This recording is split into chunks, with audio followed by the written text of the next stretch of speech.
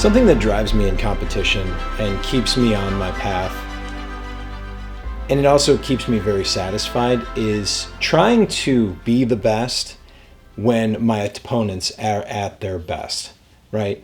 I want to see my opponents, or I want to see the other people that are cooking against me, do the absolute best that they can, so that I know that if I'm doing better than they are, then we've all done our best, and that's the measure of my ability.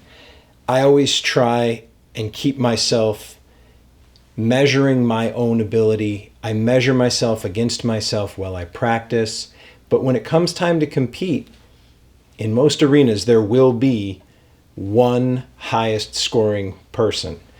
And I want to make sure that for me, I know that I have done my best while everybody else has done their best.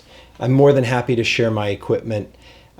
If there's an opportunity to help somebody else, I want to see them do their best. I want to see people put forth the best in what they do.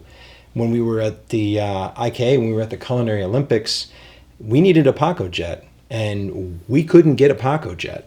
And it was really cool because the captain of Team Finland lent us their Paco jet. We ended up spending about an hour and a half looking for an adapter so we could plug it in Germany. Another story altogether.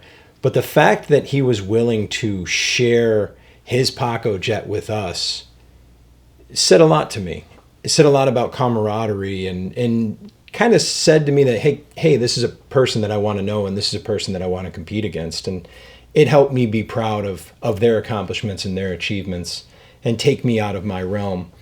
And I always want to be that person that if I have the extra, if I can share, I'm more than happy to be. I would encourage you to find the fulfillment from doing the same.